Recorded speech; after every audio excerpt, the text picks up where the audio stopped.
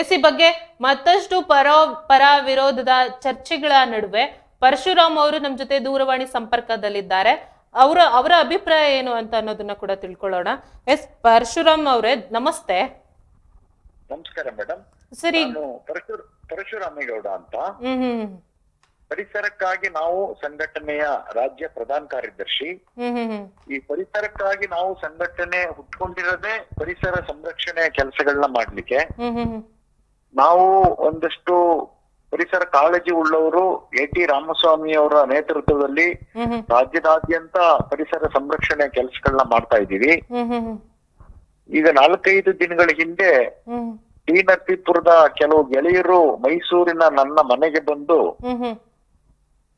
ಈ ಟಿ ನರಸೀಪುರದ ಫಿಲೇಚರ್ ಕಾರ್ಖಾನೆ ಆವರಣದಲ್ಲಿ 5 ಎಕರೆ ಜಾಗವನ್ನ ಕ್ರೀಡಾಂಗಣ ಕಟ್ಟೋದಕ್ಕೆ ಕೊಡ್ತಾ ಇದ್ದಾರೆ. ನಮ್ಗೆ ಅಲ್ಲಿರೋ ಮರಗಳು ಸುಮಾರು 100 ಮರಗಳು ಇದಾವೆ. ಕ್ರಿಮಿಕೀಟಗಳು, ಪಕ್ಷಿಗಳು, ಚಿಟ್ಟೆಗಳು ಇತ್ಯಾದಿ ಇದಾವೆ. ಅದು ಸುತ್ತಮುತ್ತ ಬರೀ ಕಾಂಕ್ರೀಟ್ ಕಾಡಿದೆ, ಅಂದ್ರೆ ಮರಗಳು ಕಡಿಮೆ. ಅದು ಜಾಗ ಪಟ್ಟಣಕ್ಕೆ ಒಂದು ಹಸಿರು ಪ್ರದೇಶ ತರ ಇದೆ, ಅಥವಾ ಲಂಗ್ ಸ್ಪೇಸ್ ತರ ಇದೆ.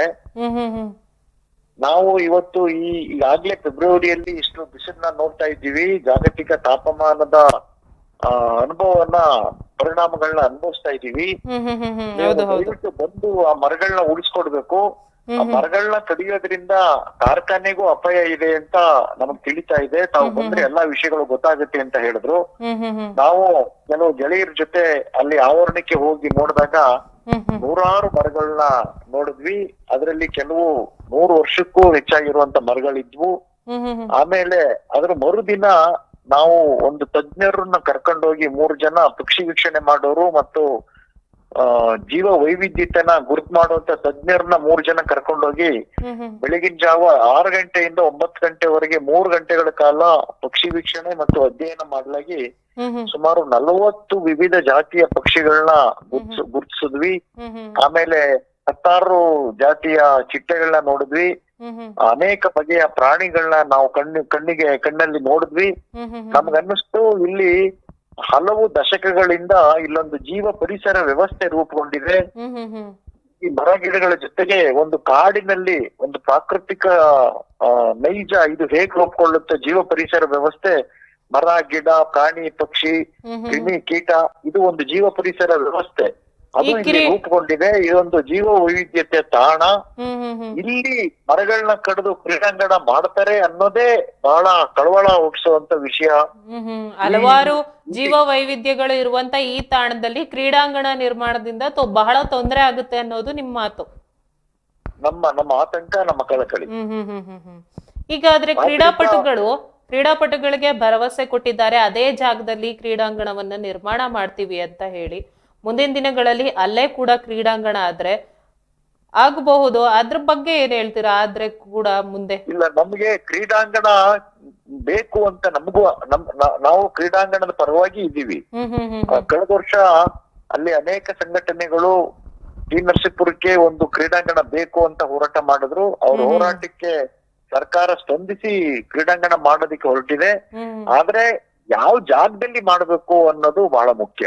ಯಾವ ಜಾಗದಲ್ಲಿ ಮಾಡ್ಬೇಕು ಅನ್ನೋದನ್ನ ಸರಿಯಾಗಿ ನಿರ್ಧಾರ ತಗೊಂಡಿಲ್ಲ ಅಂತ. ನಿರ್ಧಾರ ಮಾಡ್ಬೇಕು.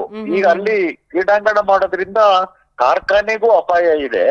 ಯಾಕೆಂದ್ರೆ ಕಾರ್ಖಾನೆಗೆ 2 ಬಾಯ್ಲರ್ ಇದೆ. ಬಾಯ್ಲರ್ ಅಲ್ಲಿ ಕಲ್ಲಿದ್ದು ಉಪಯೋಗಿಸ್ತಾರೆ. ಕಲ್ಲಿದ್ದು ಶೇಖರಣೆ ಮಾಡಕ್ ಜಾಗ ಬೇಕು. ಅದರ ಆಶ್ ಬರುತ್ತೆ, ಅದನ್ನ ಶೇಖರಣೆ ಮಾಡಕ್ ಜಾಗ ಬೇಕು. ಮತ್ತೆ ಒಂದು ಕಾರ್ಖಾನೆಗೆ, ಫಿಲೇಚರ್ ಕಾರ್ಖಾನೆಗೆ ಕನಿಷ್ಠ 35% ಜಾಗದಲ್ಲಿ, ಅಂದ್ರೆ ಒಟ್ಟು ವಿಸ್ತೀರ್ಣದ 35%, ಶೇಕಡ 35 ಭಾಗದಲ್ಲಿ ಕಡ್ಡಾಯವಾಗಿ ಮರಗಳು ಇರ್ಬೇಕು ಅಂತ ನಿಯಮ ಇದೆ. ಯಾಕೆ ಅಂದ್ರೆ ಅಲ್ಲಿ ಮರಗಳು ಇಲ್ದೇನೆ ಹೋದ್ರೆ ಅಲ್ಲಿಯ ವಾಸನೆ ಮತ್ತೆ ಅಲ್ಲಿಯ ಧೂಳು, ಅಲ್ಲಿಯ ಒಂದು ಏನು ಕೆಟ್ಟ ಇದು ಸುತ್ತಮುತ್ತಲಿನ ನಾಗರಿಕ ಸಮಾಜದ ಮೇಲೆ, ನಾಗರಿಕರ ಮೇಲೆ ತೊಂದರೆ ಆಗುತ್ತೆ, ಅವ್ರ ಆರೋಗ್ಯದ ಮೇಲೆ ಪರಿಣಾಮ ಆಗುತ್ತೆ ಅನ್ನೋ ಕಾರಣಕ್ಕೆ 35% ಮರಗಳು ಇರಲೇಬೇಕು ಅಂತ ನಿಯಮ ಮಾಡಿದ್ದಾರೆ. ಹಾಗಾಗಿ ಅಲ್ಲಿ ಮರಗಳನ್ನ ಬೆಳೆಸಿದ್ದಾರೆ.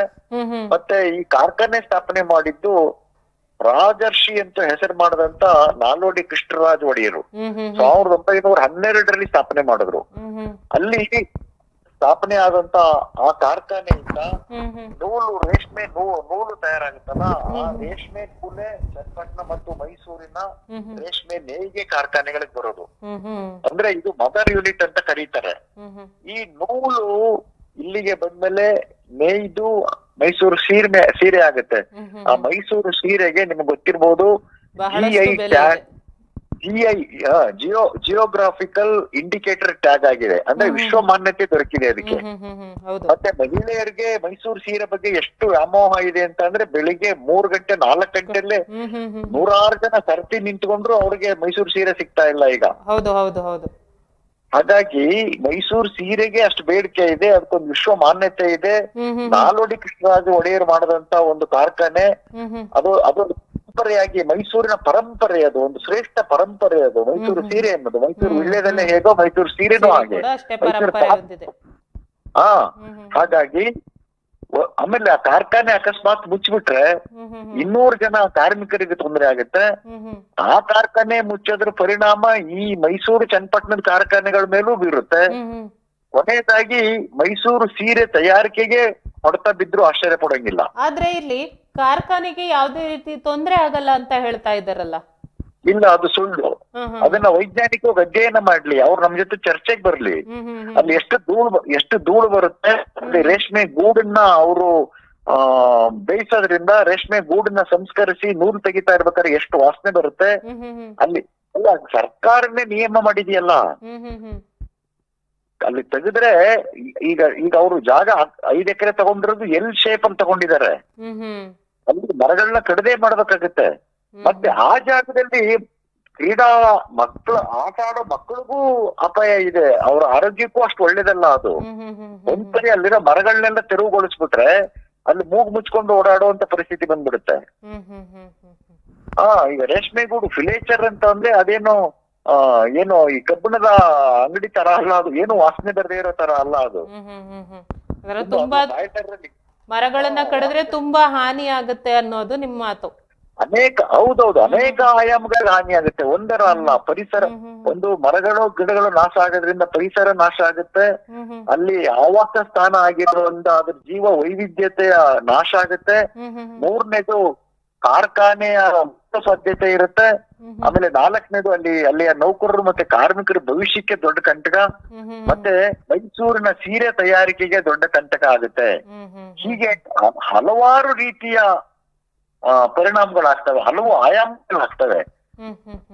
ಅಲ್ಲಿ ಖಾಲಿ ಜಾಗ ಇದೆ ಅಂತ, ಅಲ್ಲಿ ಮರಗಳಿರೋ ಜಾಗನ ಅಲ್ಲಿ ಖಾಲಿ ಜಾಗ ಇದೆ ಅಲ್ಲಿ ಕ್ರೀಡಾಂಗಣ ಕಟ್ಬಹುದು ಅಂತ ಯೋಚನೆ ಮಾಡೋದೇ ಹಾಸ್ಯಾಸ್ಪದ ಮತ್ತು ಅವಿವೇಕತನ ಅಂತ ಹೇಳ್ತಾ ಇದ್ದೀರಾ. ಹೌದೌದು. ನಾವು ಕ್ರೀಡಾಂಗಣ ಬೇಕು ಅಂತ ಹೋರಾಟ ಮಾಡೋದ ಗೆಳೆಯರಲ್ಲಿ ಕೈ ಮುಗಿದು ಕೇಳ್ಕೊಳ್ಳೋದೇನು ಅಂದ್ರೆ, ಕ್ರೀಡಾಂಗಣ ಮಾಡೋದಕ್ಕೆ ನಮ್ದು ಸಪೋರ್ಟ್ ಇದೆ, ನಮ್ದು ಬೆಂಬಲ ಇದೆ, ನಾವು ನಿಮ್ ಜೊತೆ ಸೇರ್ತೀವಿ. ಆದ್ರೆ ದಯವಿಟ್ಟು ಸುತ್ತಮುತ್ತ ಬೇರೆ ಜಾಗ ಇದೇವೆ, ಆ ಜಾಗ ಬೇಡ. ಈ ಜಾಗದಲ್ಲಿ ಮಾಡಬೇಡಿ ಅನ್ನೋದಷ್ಟೇ ನಮ್ಮ ವಿನಂತಿ. ಧನ್ಯವಾದ. ಬಂದ್ರೆ ಅಲ್ಲಿ ವಾತಾವರಣ ತೋರಿಸ್ತೀವಿ.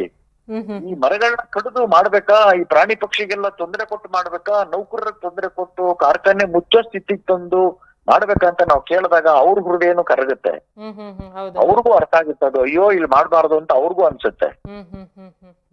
ಏನು ಇಲ್ಲದೆ ಇರುವಂತ ಜಾಗಗಳಲ್ಲಿ, ಮರಗಳಿಲ್ಲದೆ ಇರುವಂತ ಜಾಗದಲ್ಲಿ, ಬಯಲು ಪ್ರದೇಶದಲ್ಲಿ ಒಂದು ಕ್ರೀಡಾಂಗಣವನ್ನ ನಿರ್ಮಾಣ ಮಾಡ್ಬೇಕು. ಯಾರಿಗೂ ಏನು ಮರಗಳು ಗಿಡಗಳು ಅವು ನಮ್ಮ ಬದುಕಿನ ಅವಿಭಾಜ್ಯ ಅಂಗ. ಮರ ಅಂದ್ರೆ ನಮ್ಗೆ ಆಮ್ಲಜನಕ ಕೊಡೋ ಒಂದು ಇದದು. ಆಮ್ಲಜನಕ ಅಷ್ಟೇ ಅಲ್ಲ, ಧೂಳನ್ನು ತಡೆಯುತ್ತೆ, ಮಣ್ಣು ಸವಕಳಿ ತಡೆಯುತ್ತೆ, ಮಳೆ ಬರ್ಸುತ್ತೆ.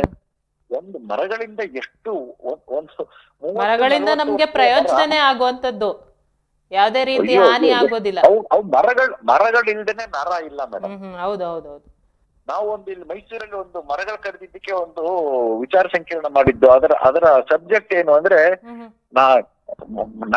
ಮರ ಕೇಳುತ್ತೆ, ನೀನ್ ಇಲ್ದೇನೆ ನಾನ್ ಇರ್ತೀನಿ, ನಾನ್ ಇಲ್ದೇನೆ ನೀನ್ ಇರ್ತೀಯ ಅಂತ. ಎಲೆ ನರನೆ, ನೀನ್ ಇಲ್ಲದೆ ನಾನ್ ಇರಬಲ್ಲೆ, ನಾನ್ ಇರ್ತೇ ನೀನ್ ಇರಬಲ್ಲವೆ ಅಂತ ಮರ ಕೇಳುತ್ತೆ ಅನ್ನೋ ತರ ಒಂದು ವಿಚಾರ ಸಂಕಿರಣ ಮಾಡಿದ್ದು. ಅದು ನಿಜ ತಾನೇ? ಅದು ಮನುಷ್ಯರು ಮರಗಳು ಇರ್ತಾವಲ್ವಾ, ಮರ ಗಿಡಗಳು ಪ್ರಾಣಿ ಇಲ್ದೇನೆ ನಾವಿರಕ್ ಸಾಧ್ಯನಾ? ದುಂಬಿಗಳಿಲ್ದೇನೆ ಇದ್ರೆ, ಚಿಟ್ಟೆಗಳಿಲ್ದೇನೆ ಇದ್ರೆ ಪರಾಗಸ್ಪರ್ಶನೆ ಆಗೋದಿಲ್ವಲ್ಲ. ಇವೆಲ್ಲವೂ ಪರಿಸರಕ್ಕೆ ಒಂದಕ್ಕೊಂದಕ್ಕೆ ಅವಿಭಾಜ್ಯ ಅವೆಲ್ಲವೂ ಇದ್ರೇನೆ ಮನುಷ್ಯ. ಹ್ಮ್ ಹ್ಮ್ ಹ್ಮ್ ಹ್ಮ್ ಇದನ್ನ ಅರ್ಥ ಮಾಡ್ಕೋಬೇಕು, ತಜ್ಞರನ್ನ ಕೇಳ್ಬೇಕು, ವಿಜ್ಞಾನಿಗಳನ್ನ ಕೇಳ್ಬೇಕು. ಅಷ್ಟು ಅಮೂಲ್ಯವಾದಂತ ಇದನ್ನ ನಾಶ ಮಾಡ್ಬಿಟ್ಟು ಕ್ರೀಡಾಂಗಣ ಎಲ್ಲವನ್ನ ಪರಿಶೀಲನೆ ಮಾಡಿ ಆಮೇಲೆ ನೀವು ಆ ಜಾಗದಲ್ಲಿ ಕ್ರೀಡಾಂಗಣವನ್ನ ಮಾಡ್ಬೇಕೋ ಬೇಡವೋ ಅನ್ನೋದನ್ನ ಚಿಂತೆ ಮಾಡಿ ಅಂತ ಹೇಳ್ತಾ ಇದ್ದೀರಾ. ಹೌದೌದು. ಸರ್ ಧನ್ಯವಾದ ನಿಮ್ಮೆಲ್ಲ ಮಾಹಿತಿಗಾಗಿ.